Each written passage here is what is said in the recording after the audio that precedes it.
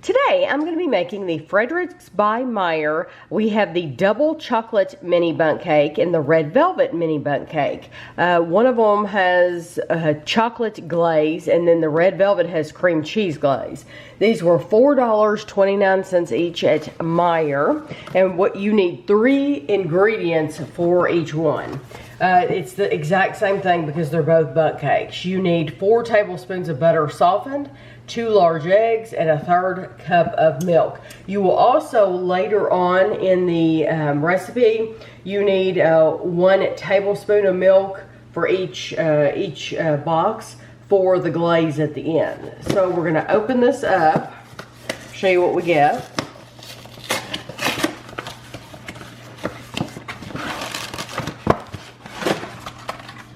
Okay, you get your bundt pans. This says glaze, so we're gonna set this to the side. And this is our mix. And then in this one, should be the same thing. Should look about the same. Yeah, you get your little bundt pans. And then this one says glaze, because this is the one with the cream cheese glaze. And then this is your mix. And it looks like a lighter mix. It's definitely a lighter mix than the other one. So the first thing you want to do is preheat your oven to 325 degrees. You want to lightly spray your mini bundt cake pans. So even though that's not part of your ingredients, you do need some kind of spray. So we use the Great Value, it's cheap, and so I'm going to spray all of these. There are 4 of them in each package, and then we'll be back. So these are my sprayed bundt pans, and I put them on a cookie sheet. You want to do that so that you can get them in and out of the oven easily. Okay, so we're going to start with this one, the double chocolate mini bundt cake. I'm going to make this one and talk through it, and then the next one, I'll just do it and I'll have music playing because it's the exact same directions.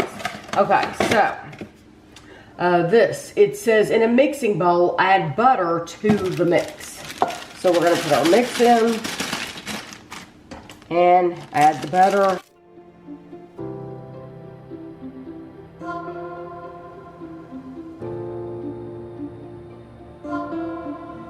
It also tells you very specifically to use an electric mixer. So it says using an electric mixer, mix on low speed until the butter is evenly incorporated. The texture will be like sand.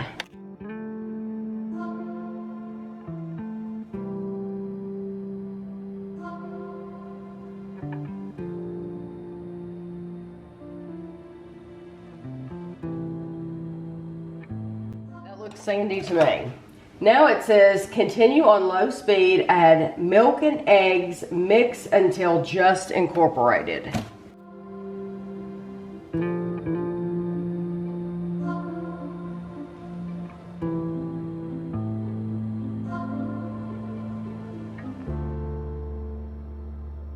Now we're going to divvy these out, this mixture out, among our 4 bundt pans here.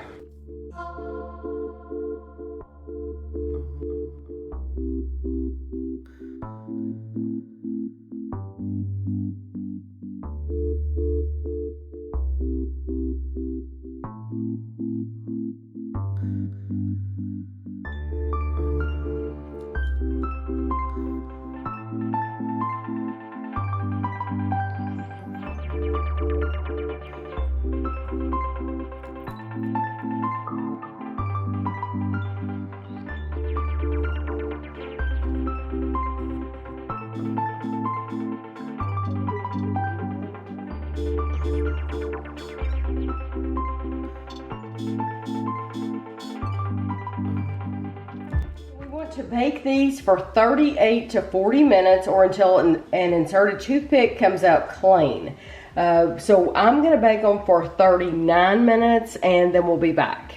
These were in the oven for 39 minutes and they look good. They puffed up a little bit. So now we're going to let them sit here for 10 minutes and then we're going to flip them out on our cooling rack. Okay, so now we want to, like I said, we want to turn them out on a rack. I figured you would want to see this part. You just kind of bend it slightly, and it comes right out. If you did a good job on your greasing part, that's really up to you, whether you did a good job or not. So, but we're definitely not going to be getting the two cakes mixed up. So now we want to let them sit here and cool before we add the glaze. Our bundt cakes have cooled, so now it's time for the glaze. So we're going to open the glaze, put it in a bowl, and we're going to use 1 tablespoon of milk, which I have here, and we're going to whisk it until it's smooth, and then put it over our cake.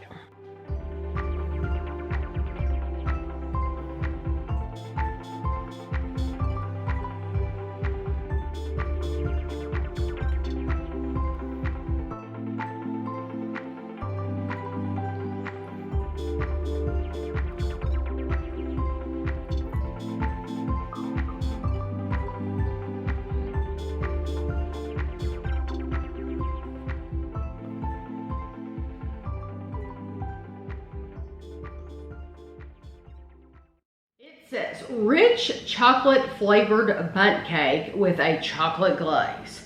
It is 490 calories as prepared. With the glaze and all. It says serving tip, serve with a scoop of your favorite Purple Cow ice cream or a warm cup of Frederik's by Meijer coffee. Self-advertising. That's what these companies do, of course, I understand. Oh yeah, Dunkin' does it. I mean, not Dunkin'. Yeah, Dunkin' Hines, and all of them say their products. And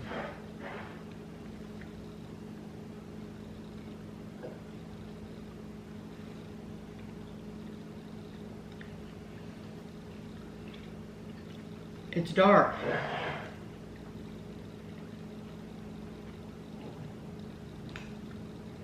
it is dark, but it's sweeter than I thought it would be. Yeah, I think that's the glaze. I like the, it has a little crust on the outside of it. But it's not hard and tough. Mm-mm. Because we've had one of these mixes that was kind of hard on the outside. This one's not like that. This one's, it's thicker crust, but it's not like a brownie crust. No, It's nice. I like it. My problem with it is I don't know that it's worth all the trouble you have to go to make it. Yeah. That's my issue with it. The flavor, it's dark, and honestly, I would enjoy it more if you were able to add the glaze when it came out of the oven and to eat it hot. I would like to be able to eat it hot. You have to eat these cold or cool, you know, they're at room temperature. Especially that, with the chocolate, I think it would be so much better if you were able to add that glaze on that warm cake, and I don't know why not. I mean, you could, but I it's mean, probably gonna melt. who cares if it runs off or if it runs into the cake? Who cares? You're gonna get the flavor of it still. Yeah. I mean, if you follow the directions, you would do it room temperature, but you could definitely do it warm if you wanted to. Yeah, I mean, if I bought another kit, I could, because you're making them all four at one time. You're doing them at once. It's good. It's good. Okay. No more, no less. Rich red velvet cake with a delicious cream cheese glaze. This is 520 calories. I do love the color of it. Red number whatever.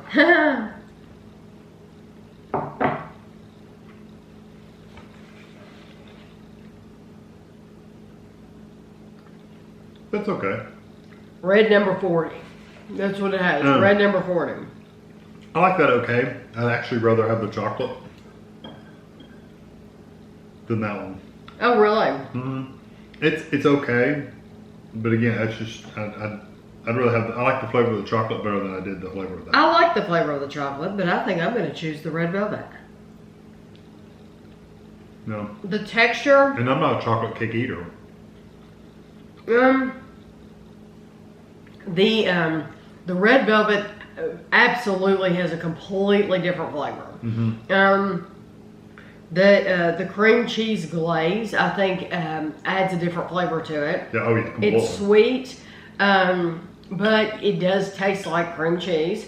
And the cake itself, it doesn't have the, I don't want to call the first one, it doesn't have the dark chocolate flavor of the first one. That's what I'll say. Because I don't get a bitter flavor from the first one. It's just darker. But red velvet is traditionally just a red chocolate cake, really. It's chocolate that's dyed red. I think that's delicious. I don't get a chocolate flavor from that. I don't necessarily either, but I think it's sweet and delicious. Once again, it has a little, just a tiny, tiny crust on the outside, and I love the texture of it. Yeah, this one's actually softer than the chocolate one is. I think it is too. I like the chocolate one, but I love the red velvet one. Yeah. I think the red velvet has the most flavor. I like them both, but I like the chocolate one a little bit better. These, for me, although they are good, I would not buy them again. I think it's a lot of trouble and a lot of time that it takes to go through all these steps.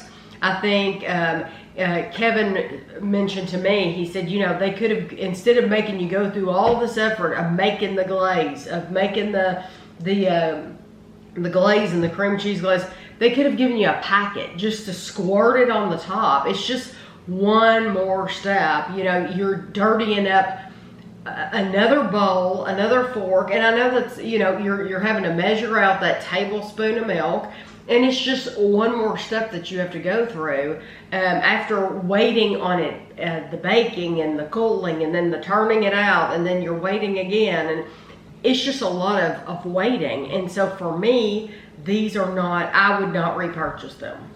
You just soon have a cake with frosting on it. I'd rather have a cake with frosting than get these, because a cake, I'm gonna whip it up, put it in the pan, bake it, take it out, let it cool, and then I already have a pre-made tub of frosting, and I'm gonna frost it, and that's just me. I think people who buy mixes like this, that's what you're looking for. Of course, if you're making everything homemade, of course you're not gonna feel that way. You're not gonna want the quickness of it.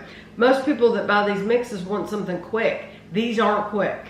I think if you're looking for something to serve individually to people, though, that looks a little fancier, these are nice. That's who these are really marketed for. If you're having a little, I agree. If you're having a dinner party for 2 of your friends, there's 4 of you there, and you want to make 4 little chocolate cakes or little red velvet cakes, and you're going to decorate them and everything right there when they get there, I think this is good. And you absolutely, this is yes, that's when you would use these, because I do like it that they include the little pans. Yeah, you don't have to buy pans. And it was so easy to use those. You can let them sit on the counter and be cool, and then you can have your glaze even made up. You may have to add just a little bit of milk to thin it out a little bit when they get there, or you can just whip the glaze up when they're waiting for dessert.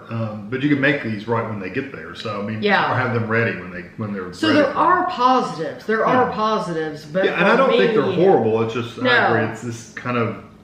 It's for us, it's more trouble than it's worth. But others may not see this as any trouble at all. Exactly. You might get them and absolutely, you might think that it's nothing.